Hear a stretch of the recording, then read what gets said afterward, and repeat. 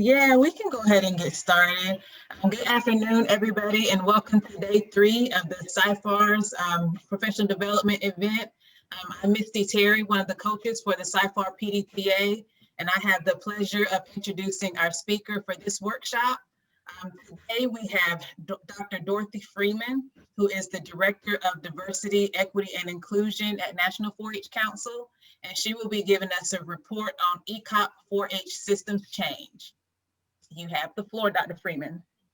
Good afternoon, everyone. It really does excite me to be a part of this conference. As I think back to 1989 when this idea was birthed, I happened to be in the room when this idea was birthed, and I was the one who navigated the creation of CYFAR and asked the question, what was 4-H Youth Development's response to working with children, youth, and families at risk? And so I'm excited because I thought back then that we had a responsibility for working with young people who were living in at-risk environments.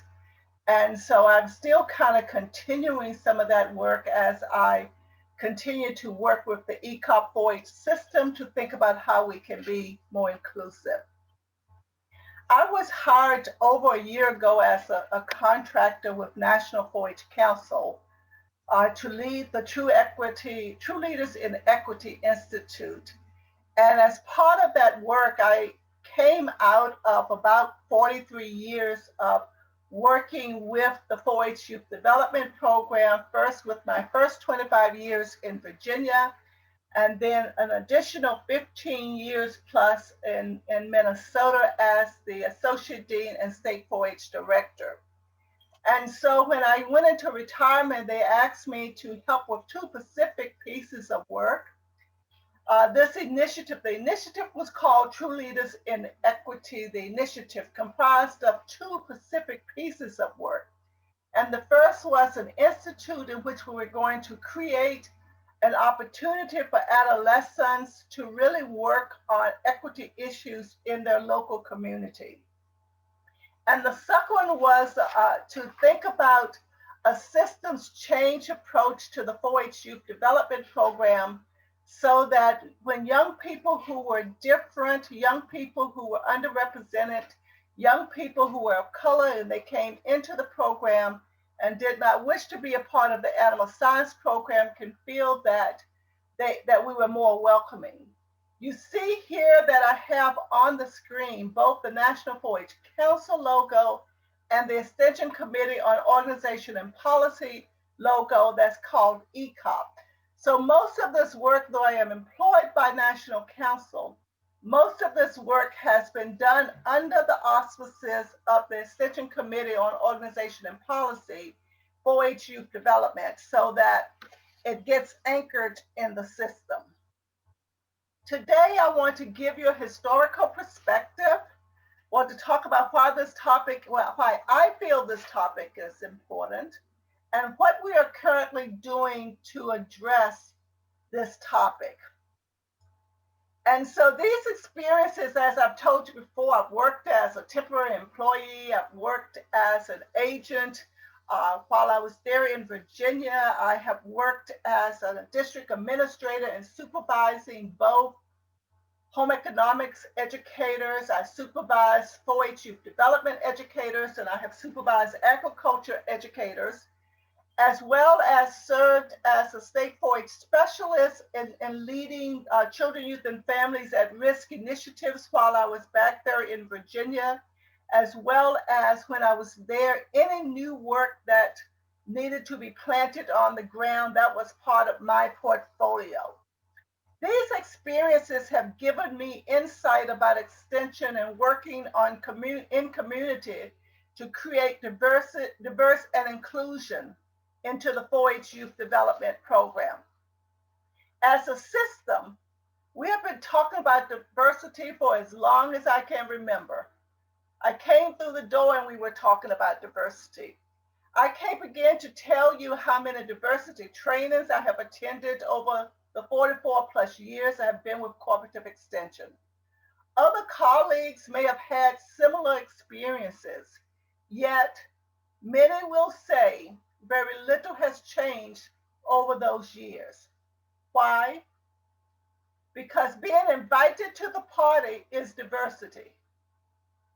Inclusive is allowing me my kind of music to dance at the party. We have invited others to the parties, but we did not change our practices to make people feel welcomed, respected, valued, and empowered.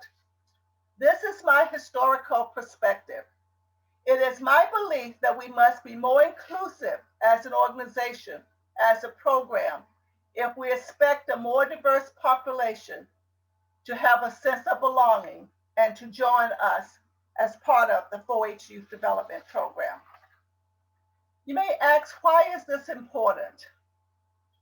In a sentence, we believe that all young people should have the opportunity to prepare for life and work with meaning and purpose. It is simply our responsibility. We are the public's youth development program. We are funded by the federal, state, and local funds. But more importantly, it is our privilege to positively influence the life of someone else's child. This is the Extension Committee on Organization and Policy's 4-H Equity Vision Statement. So we have both leadership from the system and leadership of National Council's commitment to diversity, equity, and inclusion. Here you see that we believe that this work will happen when we build a more inclusive, diverse, and equitable organization. 4-H members will excel in social mobility and communities will thrive. This is our vision. It's not just about reaching 10 million or 10 million young people. It is simply that we believe that we can influence the social mobility of young people and that those young people will thrive as results of being engaged in a high quality, positive youth development of 4-H youth development. This is simply a read of what we hope to do. The vision is to close the widening gap in well-being and economic prosperity, to enhance the rich diversity of youth, families, and communities that reflect the diversity of this nation. Yes, we want to reach 10 million young people. And we're going to do this by looking at our program delivery and begin to make changes in our program delivery. Develop professional educators and those volunteers that work with them. Build new partnerships and build new programs.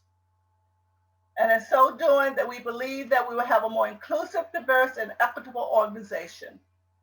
And the 4-H members will excel in social mobilities and communities where they live. So let me stop a moment. I don't know how many of you have ever been attached to the 4-H Youth Development Program, but you're attached to Cooperative Extension when you're doing Children, Youth, and Families at Work, Children, Youth, and Families at Risk programming.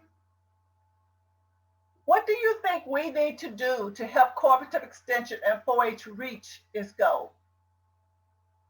Give me some ideas in the chat, if you will. If somebody would like to unmute, I would invite that as well.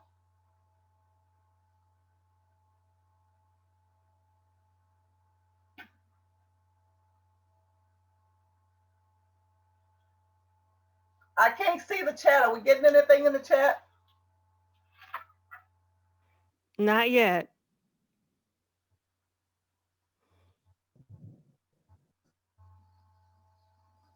Dorothy, I would say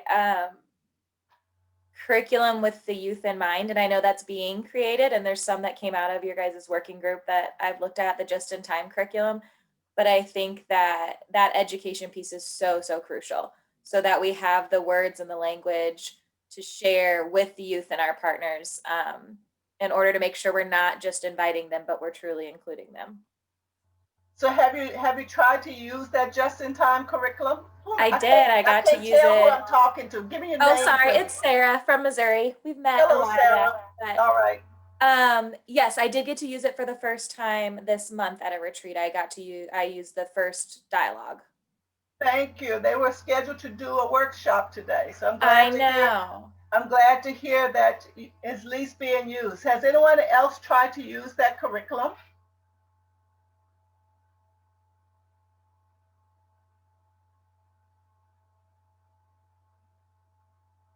So create curriculum that will make so that young people can feel like it's a part of them. What else can we do?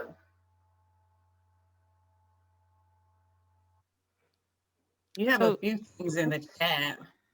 I don't know if anybody wanted to speak up. Did I interrupt somebody? Oh, I had put mine in the chat, but we are such a small group that if we're welcoming this, I'm Michelle Walsh from Arizona. And what I had put in there is I think we really need to be willing to reach out to and to welcome sexual and gender minority youth as well, and to defend our outreach in the face of pushback we get from some communities. Yeah. Yes, we had, while in Minnesota, and I've been out of Minnesota, I think I'm my third year here back at home in Chesapeake. We had already worked with young people who were transcending in our programs. I think sometimes when we make things too public, we allow people then the opportunity to communicate on what we're trying to do. When we go ahead and do it, then it becomes a part of your way of operating. And so when we were requested in Minnesota, and this is a true story, to make sure that a young person would feel welcome at our state fair event, which is a big event in Minnesota, we work with our Office of Equity and Diversity to think about what strategies we needed to put in place. We worked with the parents, we worked with that young person, and whatever that decision was, we met that need and we moved on. And we communicated what we needed to communicate to those we needed to communicate. But those young people are still a part of the 4-H Youth Development Program. So I'm one that I don't make things very public for public decisions, because whenever you do some of that, you allow the naysayers, their voices are going to be bigger than those who are supporting you. And so I tend not to do it publicly. I just tend to say, my guideline is the affirmative action guideline. As the Public Youth Development Program, I have a responsibility to make sure that those young people are engaged in the 4-H Youth Development Program. And I don't need to ask anyone for permission to do so. And so when we ask for permission to do so, we offer up the opportunity then for people to take pot shots at what we're trying to do. And many times, if you just go ahead and implement it, that child is still a part of the program, and other young people will still come just like that child. Dorothy. So I'm just saying, be brave, but be very cautious, because we do know what our stakeholders could be, and we need to consider how they're going to respond. And many times we take actions too quickly without that engagement of the stakeholders approach, and now we are fighting the wrong battle. Yes, what was the question? This is Judith from Idaho. So thank you, Dorothy. Yes, those sentiments, having been in extension for at least 20 years as well, seeing a lot of the same. In our state, we definitely have at certain levels that support to serve all youth, because that is our role, like you said. But then, trying to get at all levels seems to be a challenge at the grassroots, in the middle, or, system. So there's not a real strong system in place yet. So thank you for addressing this, because that's what I see. We kind of jump ahead and then step back, and so it's been interesting. Yeah. So we get a political backlash, and then we step back because we haven't done our homework up front. Yeah. And it takes a lot of work when you're trying to change people's minds about who you are. And I used to say in Minnesota, we have taught people about who we are. And we have allowed that system to stay in place for far too long.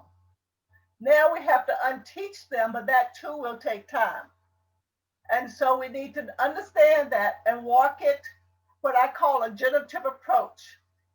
And through that generative approach is you bring your staff on first as supporters, then you go to the next level as supporters, and then you go to the next level as supporters. I have found in my 44 years that if my staff was not in support of it, it was going to be sabotaged. They could find somebody to make enough noise to sabotage it. And so we need to internally get to that support. So thank you for those comments. Anything else before we move on? This is not easy work. It's tough, tough work. And Dr. Freeman, there were several things in the chat. I can just mention recruitment and empowerment of a new cadre of volunteers that reflects our communities. We must resist the recent executive order regarding divisiveness, include different types of awards or statewide national activities in 4-H that are culturally inclusive of different audiences. Let's see, we need to be willing to reach out to and welcome sexual and gender minority youth and to defend our outreach in the face of pushback within some communities and recognize that 4-H community clubs are not the gold standard of 4-H. Define our terms in a broader, more inclusive ways. Let's see, I think we have to partner with groups we have not worked with before to reach audiences we have not reached before, and offer programs through different delivery methods at school, weekends, partnerships, and with other youth programs. Someone has done some great thinking, so thank you. I will talk about some of the systems change work we are undertaking. Those are some of the things that we are trying to address because those are the barriers that keep us from moving forward. And so I will talk about some of those when we get to that point. So when we started this work, we just had to ask ourselves, what are the specific goals that we're trying to accomplish? And we found that we didn't even have a shared language around what is diversity, what is equity, what is inclusiveness. And so we had to ask that question. What is a 4-H member? We find within our own organization that we fight about who is a 4-H member and who belongs to a club and who doesn't. And we also had to consider as we began to move this work forward, what equity outcomes are we trying to accomplish? Are we trying to do everything as a system, or are there some key work that we need to do that would, what I call are the core to the onion, if you will, that will cause us to then think about more broadly how we move our agenda forward.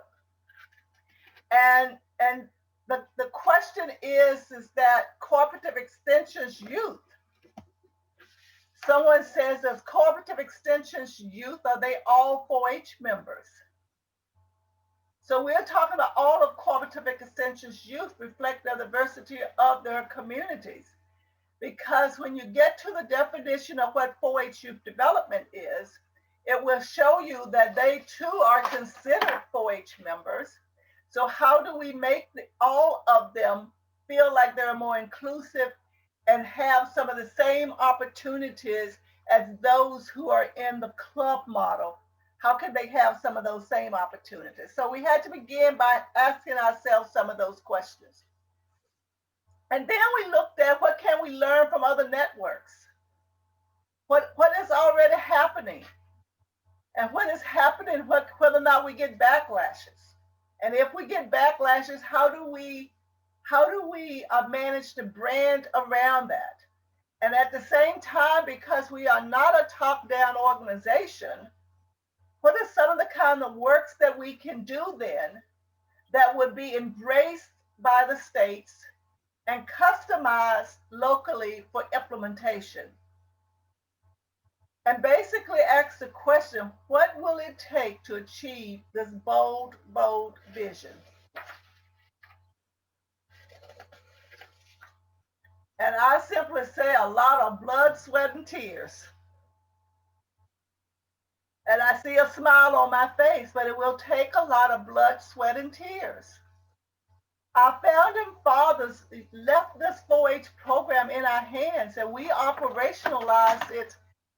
We operationalized it as a club. But when they found it, yes, they created about a club, but this clover doesn't say it's race specific. Doesn't say that. It doesn't say that it's gender specific. It doesn't say that it's community specific. It doesn't say that it's content specific. So in actuality, it's not issue specific, so it can be planted everywhere in multiple designs, as long as it's focused on the fourfold development of young people. The development of their head, the development of their heart age, the development of the hand age, and the development of the health age. Cognitive skills, social emotional skills, and health skills. That's simply what 4-H is, and we do those things with the young people in their communities with caring adults so that they can contribute to their families, their club, their communities, and their country and their world. So this is what the great fathers left to us. And we did what? We operationalized it as a club for rural young people in rural communities. And when we bring in something new, we say that's not 4-H youth development. That's what we have done. And then we don't want to share those resources with the other young people that we have acquired as results of our involvement with the club program. And we've done a great job at it. We've gotten to great outcomes for young people. But you see, I was socialized in the 4-H Youth Development Program as an urban educator. I was hired as an urban educator 44 years ago. I thought 4-H was for urban young people. I didn't have a county in the city of Portsmouth, Virginia. I didn't have a county in the city of Chesapeake, Virginia, where I went on to my second location where I was housed. So I've always thought of 4-H as being open to all young people. And it was my job to make sure that they felt like they were included in the 4-H program. So as I thought about this work, and they have brought me back, our National Council hired me back recently as a full-time person to begin to lead this work more in depth for the system now. I just thought it's going to take blood, sweat, and tears, and all of us to move this forward. It's going to take action. It's going to take commitment. And we need to have people to ask the question, does the goal align with my personal commitment? We have a lot of people in our 4-H youth development programs whose this goal does not align with their personal commitment.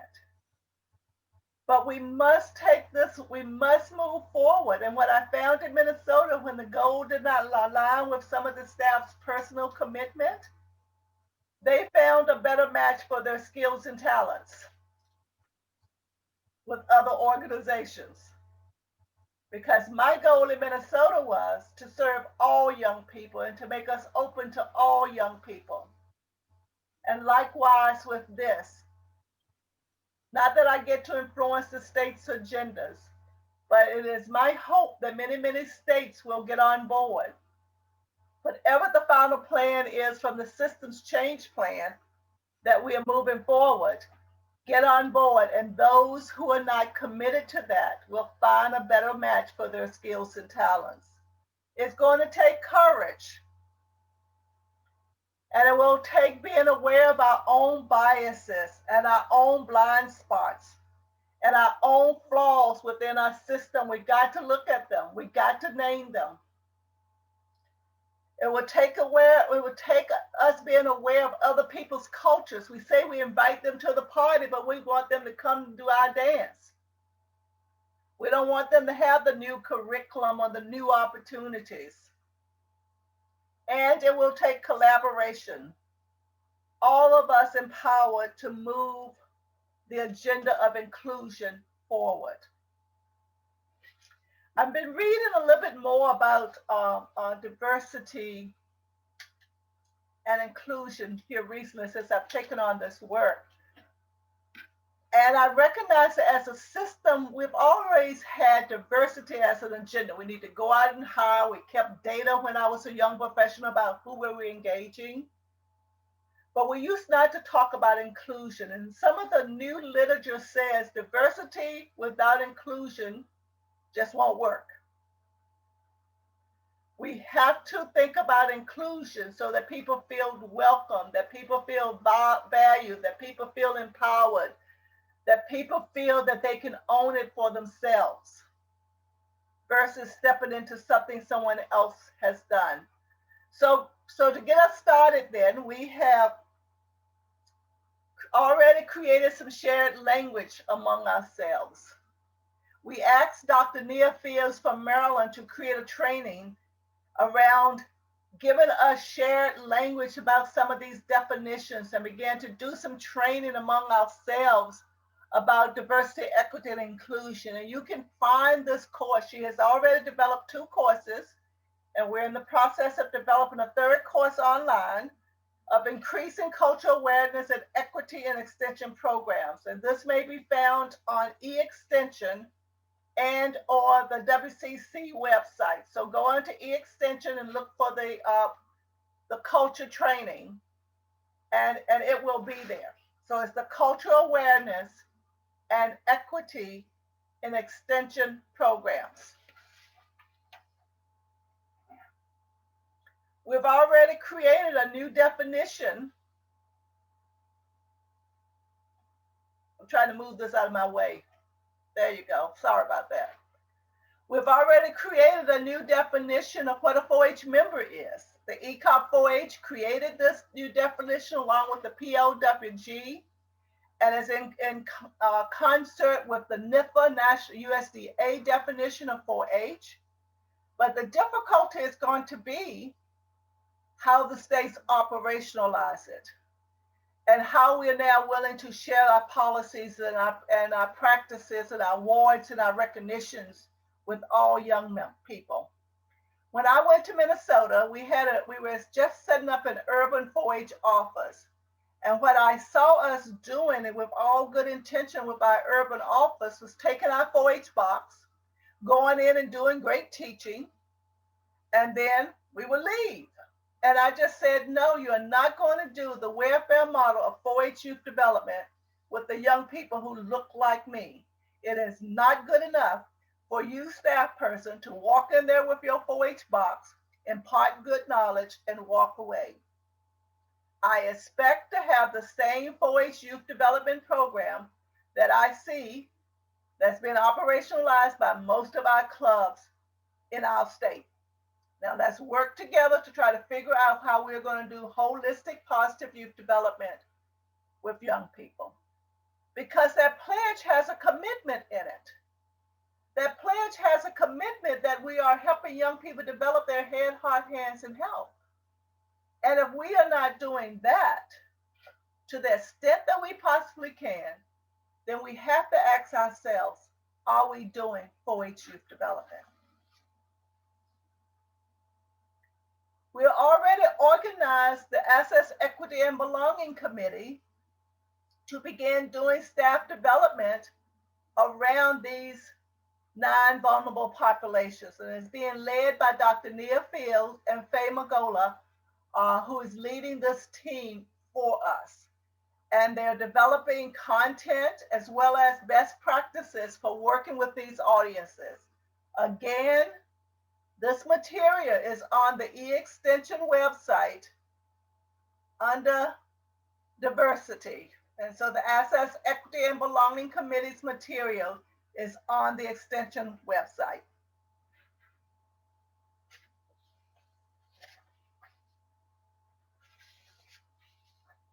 We have also created an opportunity for young people to be a part of the change. Last year, in 2019, we held the first True Leaders in Equity Institute. We are working actually in small teams of young people. So last year, we engaged about 17 teams. This year, we just held the first virtual conference In September the 11th and the 13th, we are holding a follow-up meeting with them on the Saturday with 16 teams representing 16 teams representing 15 land-grant universities. And these young people have been expected to identify equity-related issues in their local community and to design an action plan to address those equity-related issues. And we don't tell them what those equity-related issues it should be, and nor do we put any restraints around them.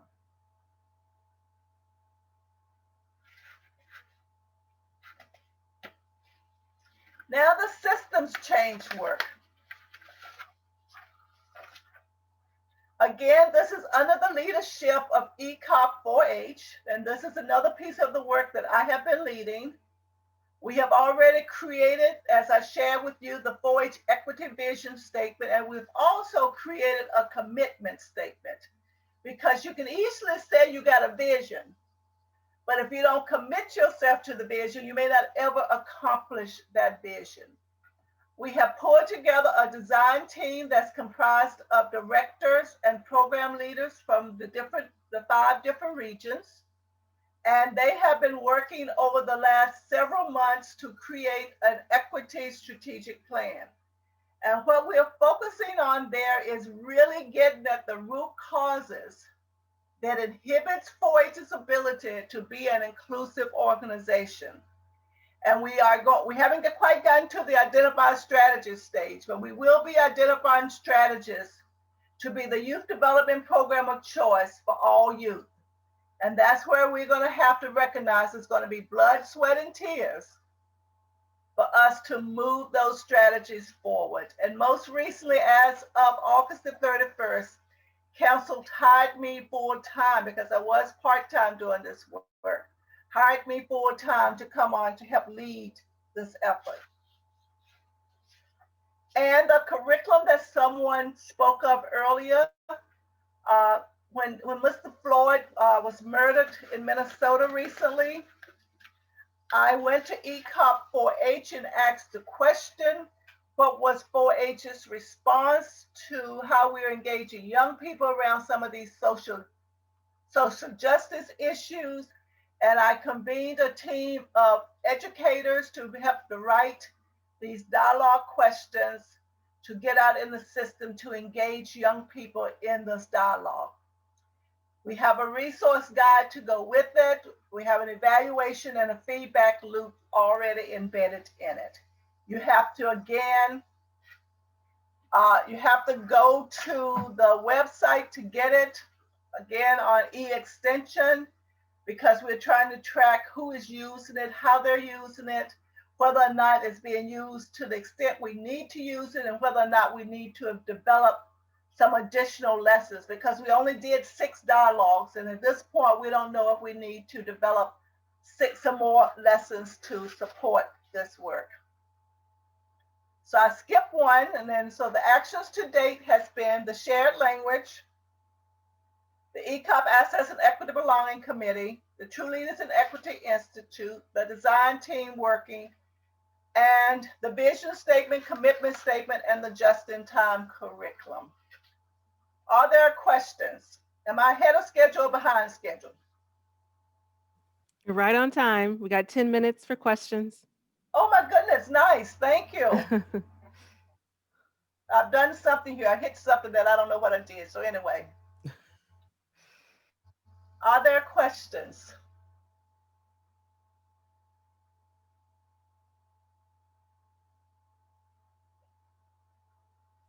There is one question in the chat. Could the website be shared on here? I don't know if that can be dropped in the chat.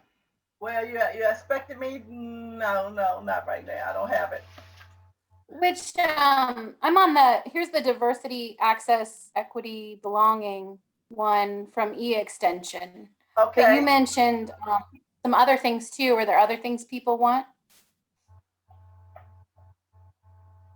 Did you see the just-in-time curriculum that we posted under the Access, Equity, and Belonging Committee? Yeah.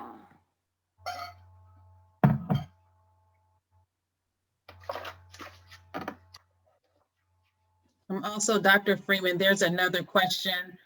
Is there a plan to provide guidance to all of us on how to go forward in light of the executive order regarding diversity and inclusion training? No, because that's going to be a state-by-state approach.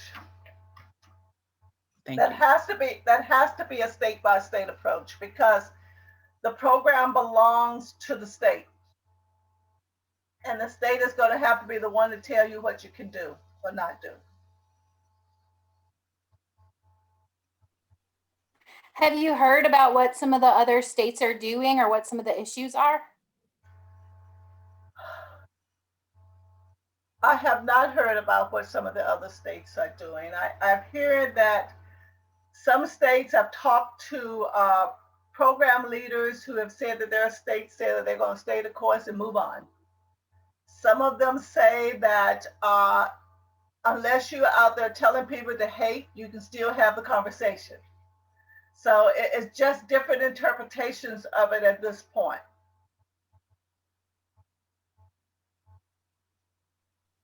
Thank you. No, National Council doesn't have that, can't do that piece of it that way.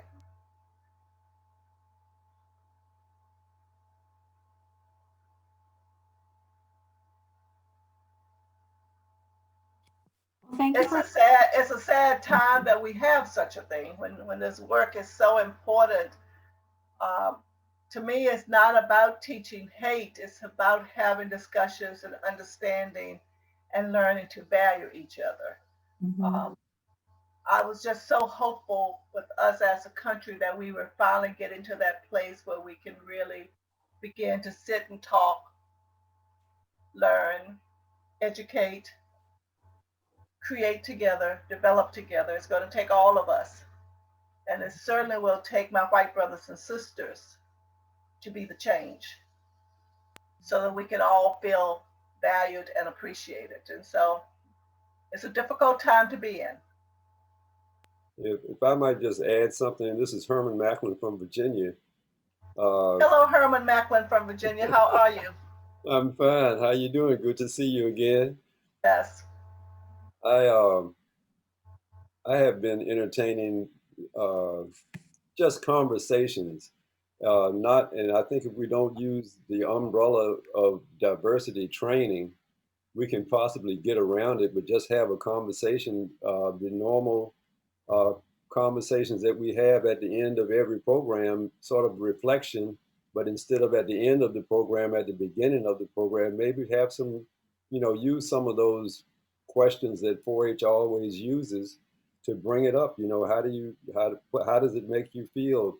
How did you feel? Or, those types of leading questions, and we can still get this work done to bring about that diversity, to get that diversity training in sort of in a roundabout way without being labeled as diversity training and then getting our hands slapped for doing it. Right. I don't see this as diversity training. I see this as a conversation. We're reporting on the work that we're doing. We are not trying to change people I'm hoping that people would be excited that 4-H is trying to unpeel this onion of not including young people. I'm hoping people will be excited about that. I'm hoping that we can stop being our own worst enemy and fighting about what a 4-H member is. To me, that one thing in itself will destroy us as an organization when we're fighting about who's in and who isn't in, versus embracing all of the young people that we are serving and saying they're all in and we are going to include them all. And so to me, that's where I believe the value is. And when I used to ask the question in Minnesota, do you know whose child do you think does not deserve the 4-H Youth Development Program? Nobody could ever answer that question for me. Yes, So, it's definitely more inclusive and less exclusive on all the programs. And I think, just making them more accessible and easier to get to, and don't include those things. I've been trying to weed out the things that would keep people out and to make sure that it's easy to get in instead of Yeah. more difficult. Looking at our policies, looking at our enrollment, do we need so much information initially to get a young person in, or do we need more information as they take advantage of more opportunities? And so we have to re-examine some of all of that stuff.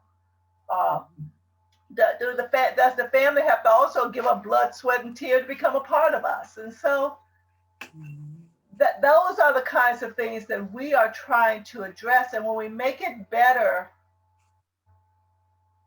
for whomever they are, we're going to make it better for all of them.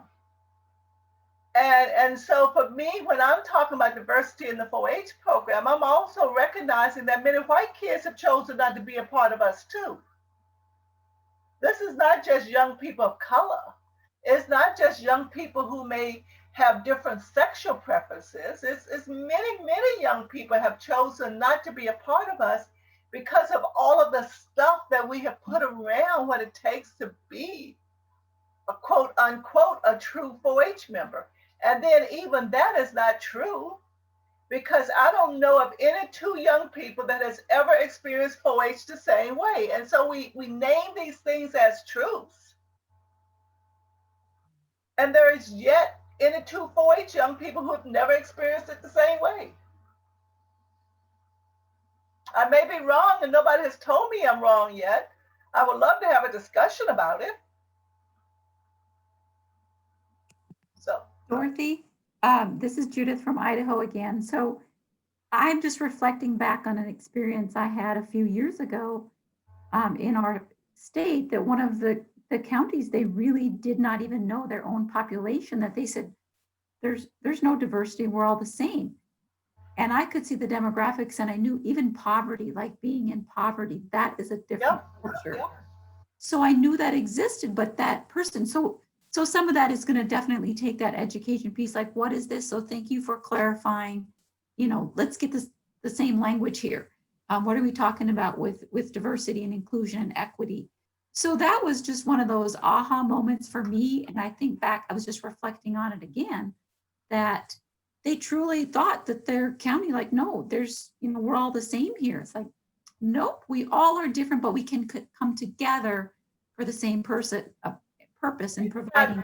We did not brand it. We started out branding it as diversity. You look at me, you know me. So I went through the door talking about diversity and inclusion. And then finally we settled on first generation language. Let's engage more first generation young people, because it was that group that we were losing. When we didn't have someone whose family had been involved in the 4-H program, who didn't understand all of our idiosyncrasies, who couldn't navigate us, we were losing those group of young people. It didn't matter what they looked like. They were walking back out of the door because of all of our idiosyncrasies. And so when we started using the first generation language, my coworkers and team members suddenly understood it differently. That first generation means I don't know the language. First generation means I don't know the culture. First generation means I don't know what CYFAR means. You're talking CYFAR, but you haven't told me what it means. And so all of those acronyms we have. First generation means I don't even understand your award system, and nor am I interested in it initially. So you don't have to send me all of that stuff. And so you have to help grow me into your program. And it was amazing the difference that our stakeholders and county commissioners began to understand what we were doing differently and stop fighting on diversity issues. And then after a while, now they're hiring additional staff to do some of the new work, because they understood what we were trying to do and why we were trying to do it. When we tend to name it diversity, everybody tends to think about it as race. Was my perception there. When I went to first generation, it became a more inclusive term, and even my staff treated it as a more inclusive term. Oh, that's a really good point. Well, we are at about time. Are there any other questions? Any last questions? Either put in the chat or feel free to chime in.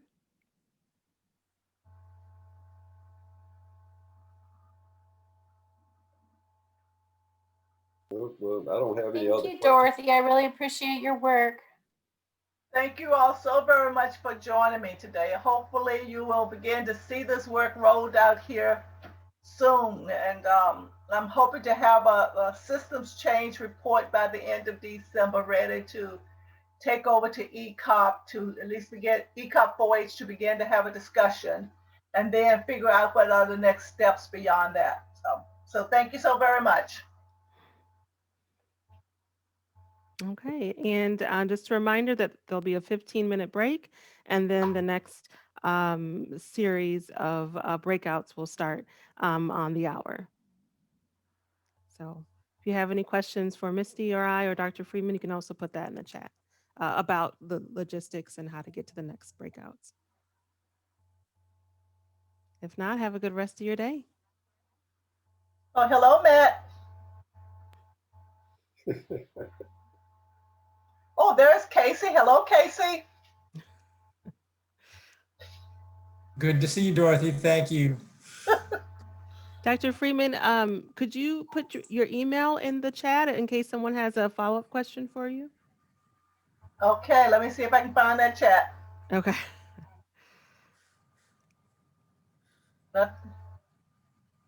Where is it? Let me put this PowerPoint down first. Yeah, you can stop sharing your screen if that makes it easier. Oh, maybe that's what it is. This is what happens on the screen when I can't find it. It's like it's hidden. Oh, it's over here.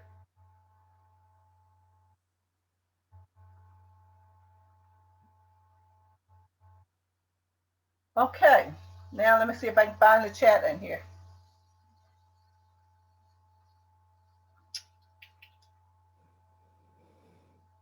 There.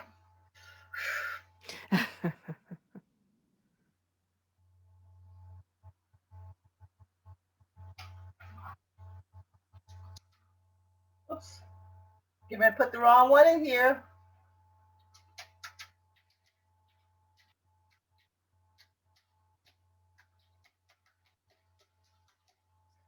Dorothy D. Freeman at 4hcouncil.edu. Okay, thank you. Bye, everyone. Bye. Nice to meet you. Thank you. Same here.